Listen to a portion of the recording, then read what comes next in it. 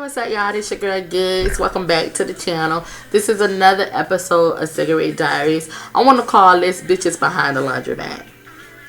I'm going to get all into it in a minute. Before I start, I want to go ahead and give a disclaimer. If you're under the age of 18, please don't continue on with this video. If you have sensitive ears for swearing, if you're like a real Holy Ghost only toting the Bible on Sunday, I just don't want to hear this bitch cuss type of person, don't continue on with this video, because one thing I hate is for a person to watch a whole video after watching a disclaimer and then spend 15 seconds putting in the comments, you need to act more ladylike. Why are you doing all that cussing and all that other fuck shit? It's your responsibility to either go on with this video or discontinue with this video. So I'm giving you the opportunity now. That's my disclaimer.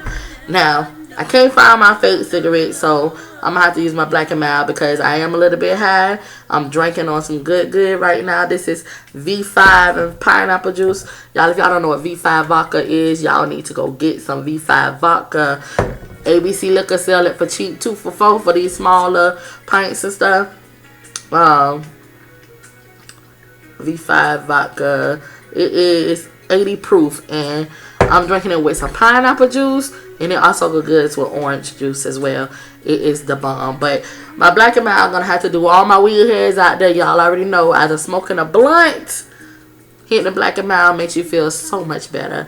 So this is how I'm spending my Sunday night, telling you guys about bitches behind the laundromat.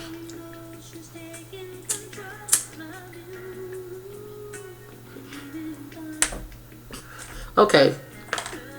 Now, as you know, I had surgery or whatever, but before, like, I'll say like 3 weeks before I had surgery, I was over my sister's house who lives in Orlando. That's 45 minutes away from where I live at right now.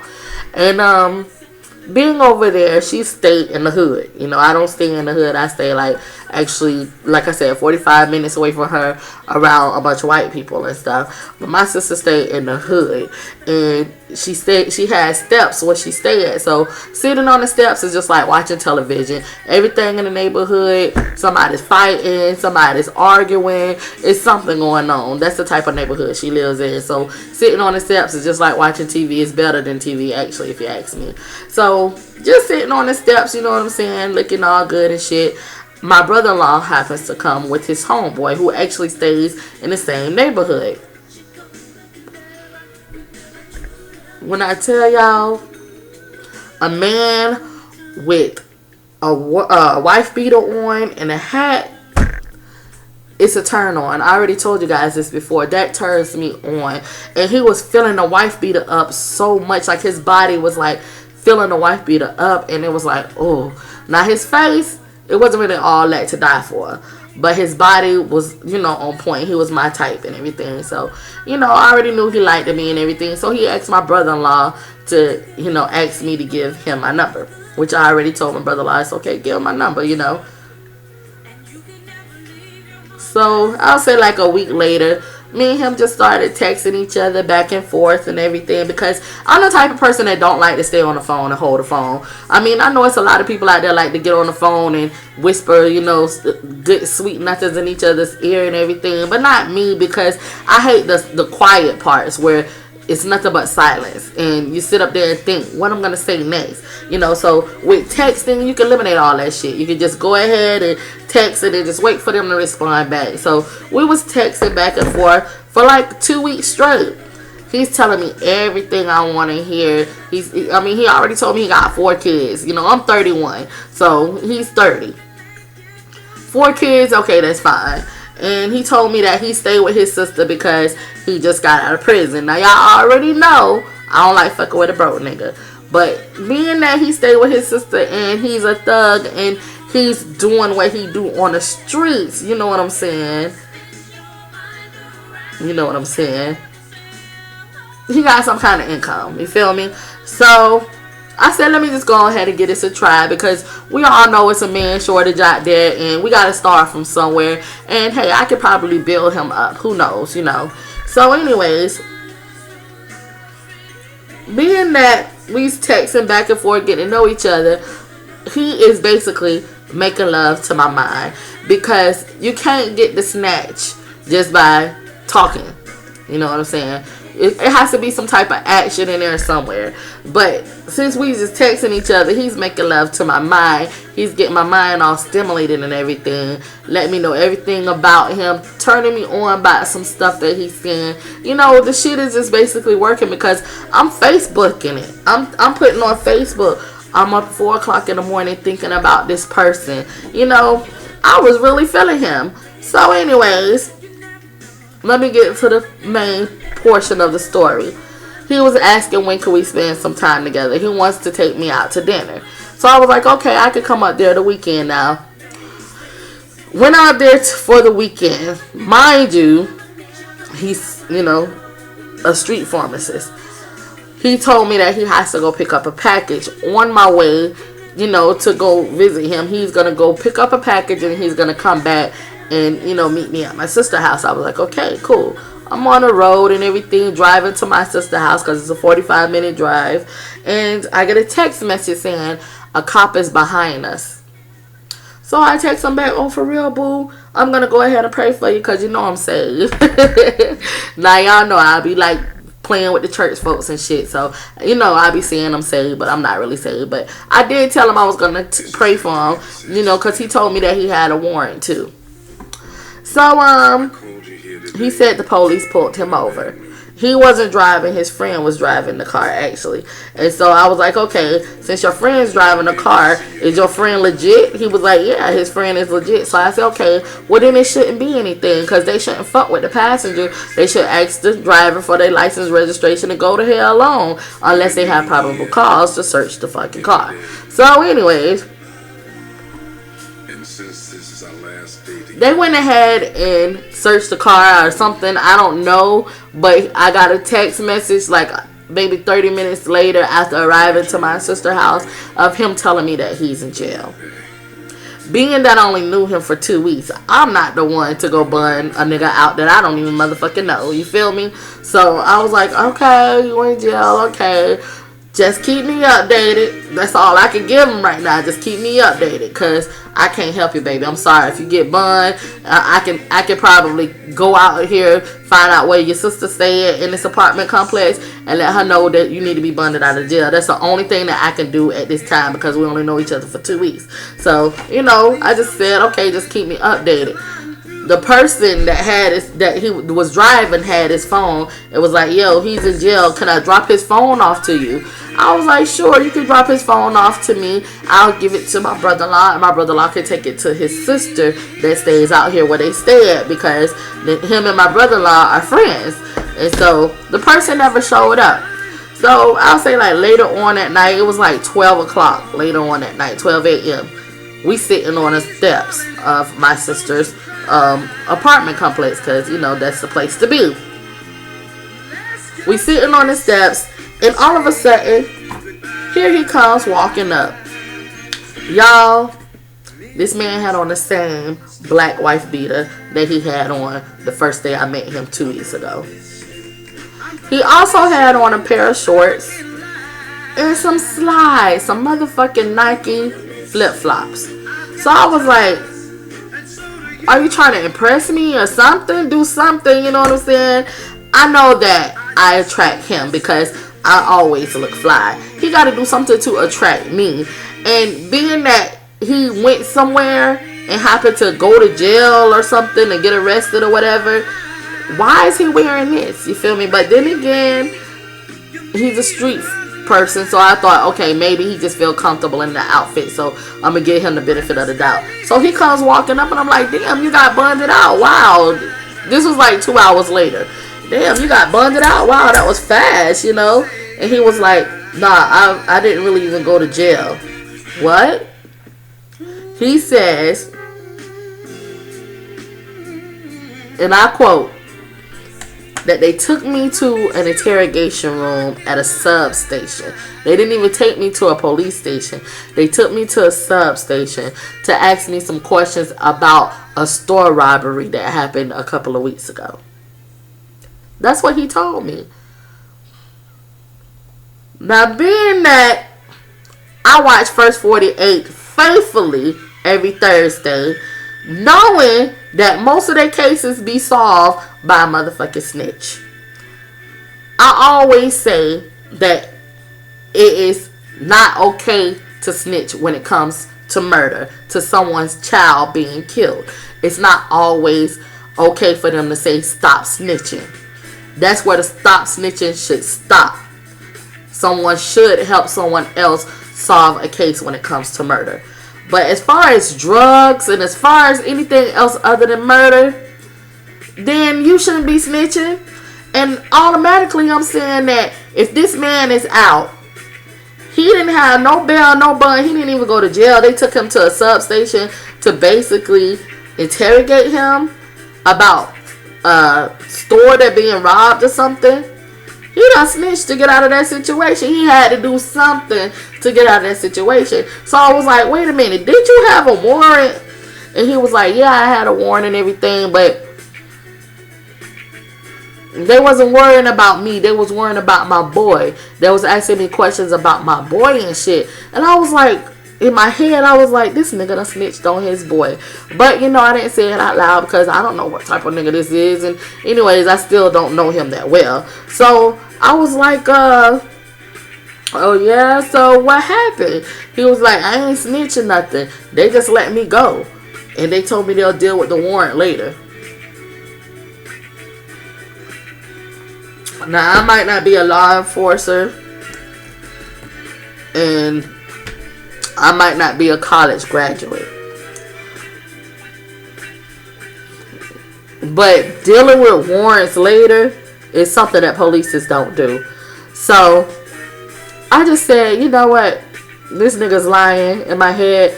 And this is some shit that I don't want to be fucked up with. Because he already crossed the line by one staying with his sister. I'm normally into niggas that stay by themselves, that's doing better or equal than what I'm, equal or better than what I am. Not that I'm a gold digger, but I don't like fucking with a broke nigga. You feel me? So, he's sitting up there telling us about, them interrogating him and other shit. The conversation just kept going with everybody that was sitting out there on the steps. Then all of a sudden, a bitch came from behind a laundromat, was like, Black, come here. Now, my sister's apartment where she lives at, her apartment is right here. She stays by the leasing office, which is like 100 feet away. And next to the leasing office is the laundromat. So, the chick just stood over there by the laundromat where she came from behind the laundromat. And she was waiting on him to come. So, he looked over to us, was like, oh, that's my sister. I gotta go before I get locked out. So I'm like, this nigga is 30 years old. He got a motherfucking curfew. He ain't got no key. What the fuck? And so I'm just looking. He was like, yo, I gotta go or whatever. And so she just, out of nowhere again, come here now. And I was like, hell no. That's not his motherfucking sister. That right there is his old lady. Because if it's a sister, I got brothers. When I call my brothers, I tell them to come here. I don't demand them to come here. I just say, come here or whatever. You could tell it was somebody other than his sister. That's either his girlfriend or either his mama. So I look over to my brother-in-law because that's his homeboy. And I'm like, who is that? And he was like, oh, that's his baby mama. You know what I'm saying? So I'm like, oh, really? So Black left. He left and went, with her and everything. So obviously they stay over there behind the laundromat, because they all stay in the same apartment complex. So later on that night, I get a text message, and he like, what you doing? It's 2 o'clock in the morning. I'm like, I'm chilling, you know what I'm saying? I didn't know you had a curfew. And so he texted me back, was like, nah, that's my sister, she tripping, I lost my key, and blah, blah, blah. Now, mind you, my brother-in-law already told me this is baby mama, but I'm trying to get this nigga the chance to go ahead and tell me the truth. And so I was like, oh yeah, that's your sister or whatever? And he was like, yeah. So I was like, why you just can't keep it real and tell me who that really is? Because the way she called you was not like a sister. The way she called you was like a baby mother or either your mama. And he was like, no, that's my sister, I swear. That's what he said. So after a few texts back and forth, he finally said, what if I told you that I was in a happy relationship? And I was like, well, you're first of all 2 weeks late. You should have already closed that door before you opened up another one. And he was like, yeah, but you were so cute and I just couldn't help it and I didn't know how you was going to take it and blah, blah, blah. So I was like, so what exactly do you want from me? You feel me? Like, am I supposed to move in your sister's house next and be under your wing? Or am I supposed to be, you know, like, what do you want from me? The other woman or what, you know? And so he was like, no, I just want to see, you know, where it's going to go. And I need motivation to leave her. Some shit he was telling me. And I was like, well, why can't you leave her? What's so hard? And I thought about it. I don't really want him to leave her for me, you feel me? Because he might find another chick that come along that look better than me, or you know, that interests him, and he might leave me for them. And you know, being that I've been in situations like this before, I just rather not deal with it, basically. And so he was like, no, I don't want that from you or anything. I just, want to get to know you and handle this situation with her because she has nowhere else to go. And, he was like telling me that she lost her mom or dad, and he always tell her to leave, but she never leave and all this other shit. That's not my problem, y'all. That's not my problem. So the night ended with me telling him that I really don't want to talk to him like that. And he was like, well, just give him the chance to talk to me face to face tomorrow about it. I was like, cool, I'll give you the opportunity to talk to me face to face about it tomorrow. So we hung up because it was, getting real late.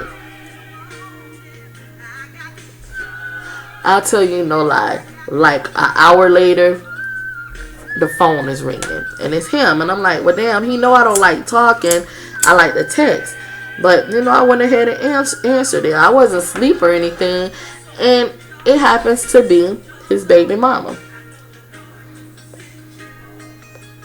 Now, me and my friends, we kind of petty. You know what I'm saying? Like, we like to act stupid a lot. Like, especially with people who call the wrong number. Say, for instance, if it's a telemarketer, you know what I'm saying? We act like, we prostitutes or, we just act crazy and shit. And I just felt like maybe I should act crazy tonight, But then again, I said, nah, let me not act crazy. Let me not get this man in trouble or whatever. I had a heart. So when she called, she was like, who are you to her baby daddy? I said, you know what? He's just a friend. He's my brother's friend, as a matter of fact. And she was like, okay, how would you feel if you would find another chick number in your man's phone? And I was like, well, first of all, I don't have no man. And she was like, what, that mean you gay? And I was like, could be. You feel me? She was like, well, your number was in my baby daddy phone. And I was like, well, you got to take that up with your baby daddy. You feel me? You shouldn't be on the phone with me. And so she was like, yeah, you're right, or whatever. And she hung up on me. So the next morning, I'm sitting on the steps smoking my Black and Mild because we can't smoke in my sister's house. He come over and he talks to me. Y'all, this man has on the same goddamn black wife beater and the same black shorts and the same black Nike flip-flops. He was like, what did you tell my baby mama? I was like, I ain't tell the bitch nothing. I could have corrupted you, but I didn't. I just went ahead and told her that you was my brother's friend and that I might be gay. That was it. And he was like, well, she told me that you told her that I'm supposed to be coming to move with you and I'm with you and all this other shit. I said, I did not tell her that. He was like, well, we're going to get this shit straight. I was like, no, it ain't important to get it straight because this is some predicament that you put me in. I didn't ask for this shit. I came up here to chill with you and you are with who you're supposed to be with, your baby mama. And just because you lied and everything, I'm like, really done with this shit. And he was like, saying, okay, I understand that and everything. And he was like, could we just be friends and shit? I was like, sure, cool, we could just be friends, just don't look for nothing, because some niggas think friends mean friends with benefits, you know what I'm saying? So anyways, the day went on, and I happened to talk to him throughout the day, still text him and shit. And that night went on, and we went back outside. Everybody went outside, back on the doorstep and everything. And I was telling my sister, that she called my phone and everything. And then the guy came up. So we all was sitting on the porch again talking, and then the guy was like, "Yeah, she told your sister that I supposed to be moving in with her and all this other stuff." He was telling my sister what his baby mama said. So everybody just started dispersing. My sister, she went inside the house. My best friend, she went to the store with her friend, and it just left me and him on the stairs talking. And then all of a sudden, the bitch comes back from behind the laundromat. I swear, I cannot make this shit up, y'all. They must do stay on the other side behind the laundromat. But she came back from behind the laundromat, and she was like, "Oh, so you still talking to this bitch?" Now, y'all know, it ain't what they call you, it's what, you answer to. And believe me, I wanted to cuss her out, but then I like to put myself in other people's shoes.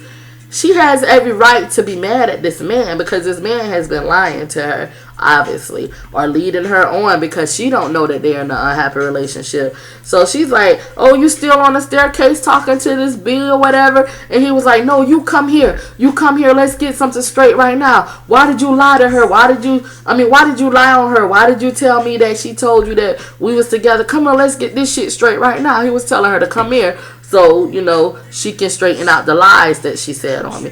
And she was like, "No, I'm not going nowhere. You need to come from over there and everything." She stayed over there. She did not come over here by the steps because she might have said something that would have got her killed.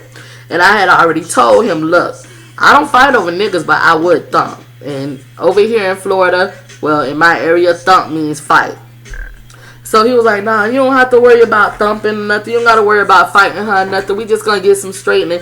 She stayed over there, y'all. She did not leave from over there. She just stayed over there arguing with him. They arguing back and forth. So I'm just sitting there like smoking my black and mild, just watching both of them going like this here.